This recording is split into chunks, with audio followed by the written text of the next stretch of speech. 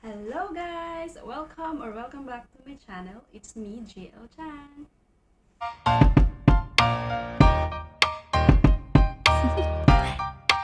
Do you wanna know?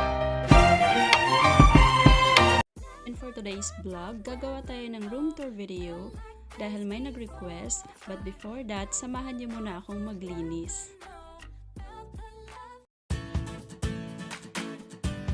So ayun, may nabili akong wallpaper sticker sa Lazada. I think yung isa nagkakahalaga ng 2.20 RM.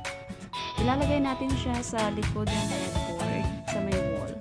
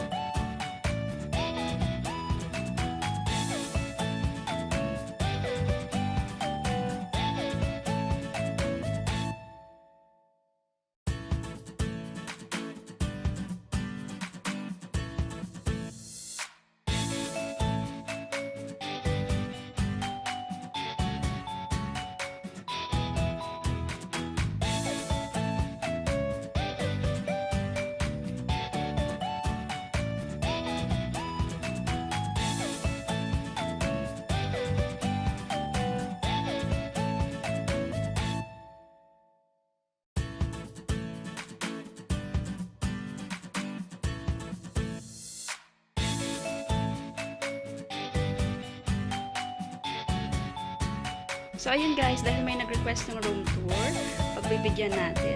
So, magsisimula tayo dito. Ito yung aking closet. Maliit lang siya. Wala nang masyadong damit sa loob kasi last December, nag-garage sale kami nila All About, Joyce Flang Vlog, at saka ni MRPC. Ayun, pinagbebenta namin yung mga hindi nasusuot na mga damit kaysa maipon, di ba? Ayan, ito yung mga nasa ano ko, premiere. Ay, walang masyadong ganap. Ayan, konti lang. Tapos, dito na side, ayan, nakatupi lang sila. Walang masyado.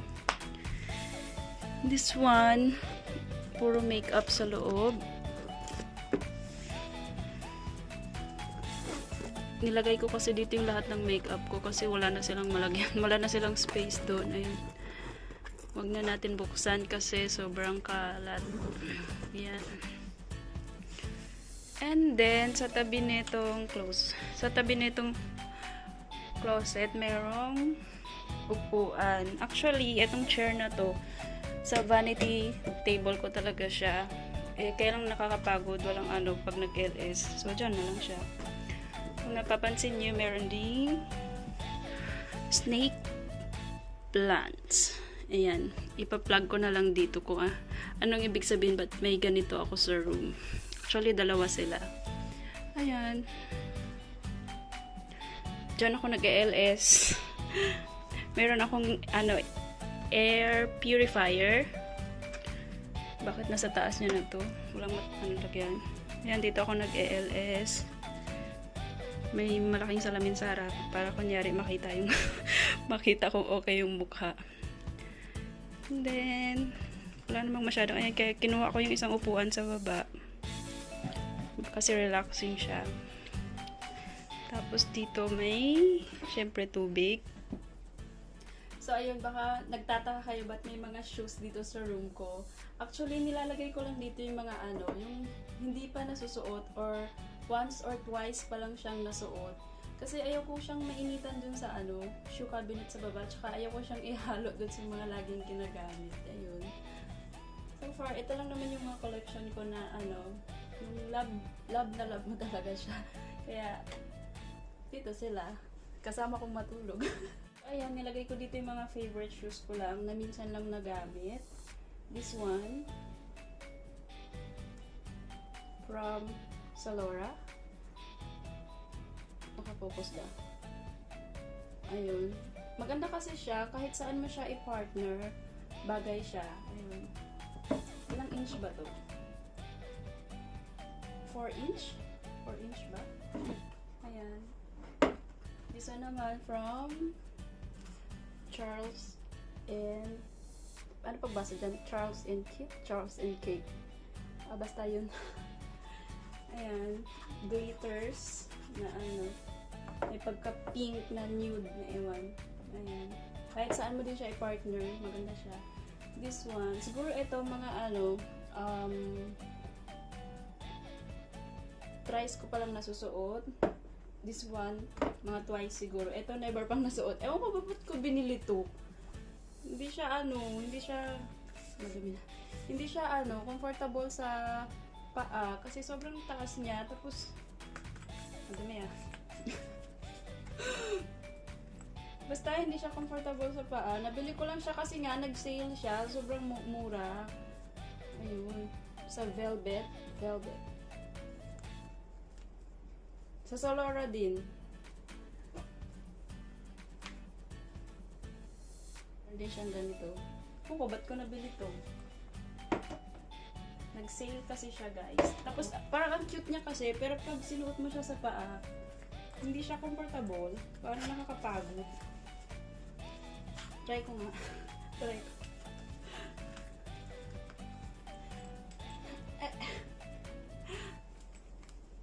Ganyan siya.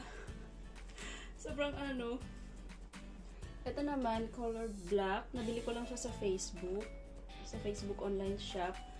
Dito lang din sa Malaysia. Actually, wala siyang tatak. Maganda kasi yung niya, yung design niya, kaya nagustuhan ko. Ayan. And then this one, from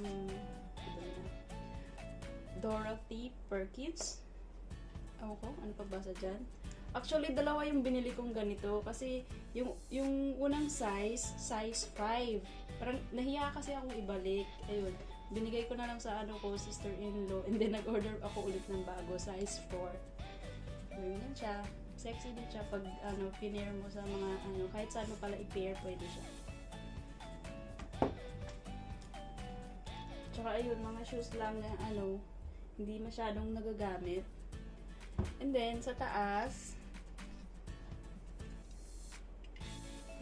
so dito sa taas ng mga shoes, may mga konting bags lang naman. Eto,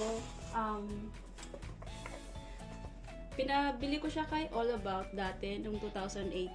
Hindi ko pa siya nagagamit. Pero natanggal na yung niya. Ang cute kasi neto niya, design. Actually, may price pa ata to. Nandito pa yung price kasi hindi pa nga nagagamit. Ayan, binili niya sa The Landmark, Makati. 379. Nandiyan pa yung price, hindi pa nagagamit. Shout out sa bumili nito. Maraming salamat.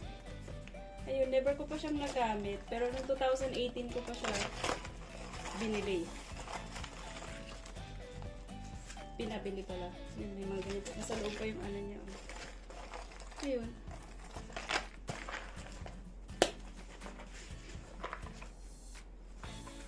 Pamain na lang. Eto naman, C&K, Charles & Kit. Ayan. This one, binili ko siya sa China. Noong 2018 din. Ayan, mukhang bago pa rin siya. Kasi nga, hindi masyadong nagagamit. Naka-standby lang siya. Maliit lang siya. Ito lang sa loob niya. Ang gala-gala lang. Ayan. Tapos, nagustuhan ko kasi yung eto niya. Yung sling niya. Akala mo gold.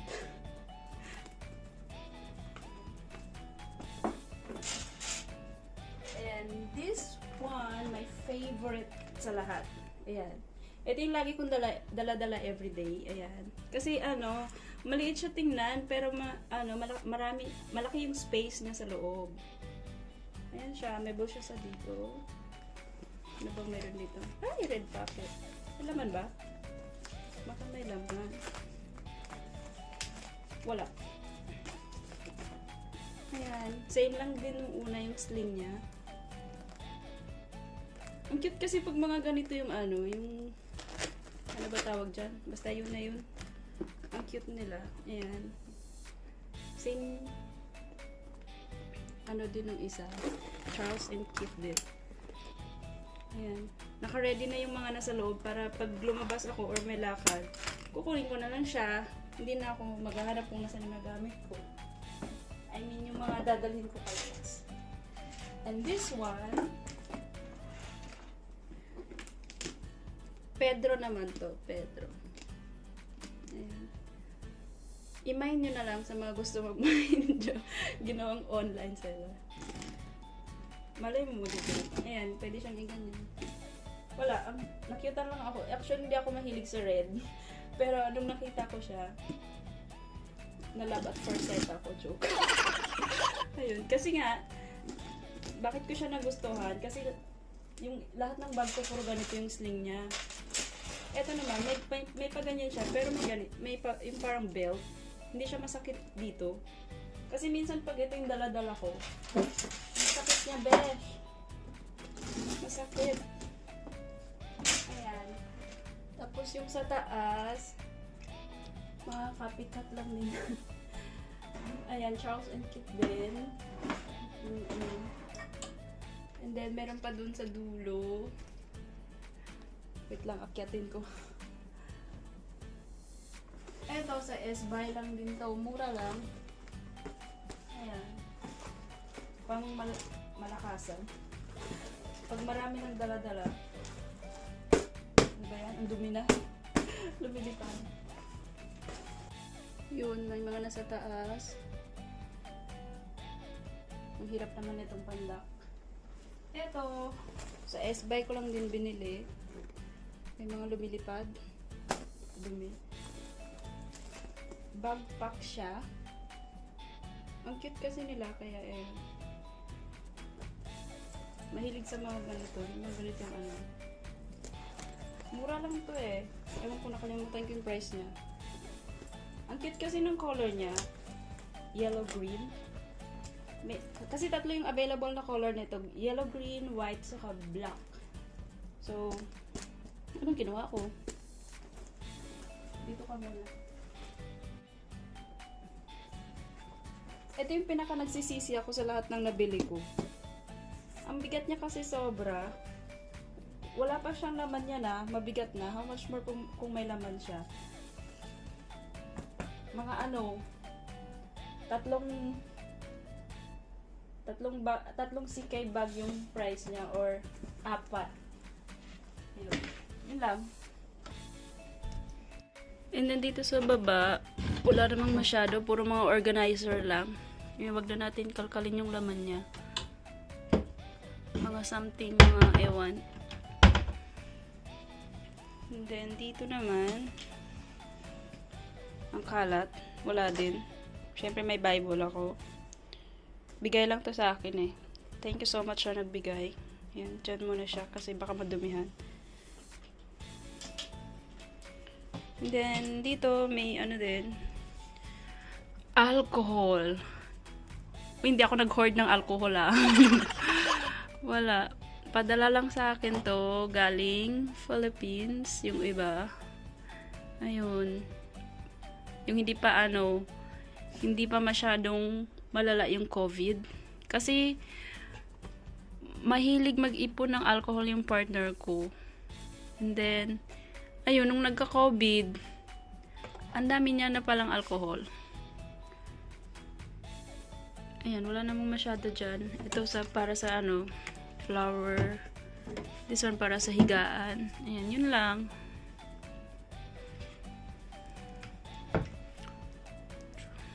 Wala nang masyadong ganap sa room.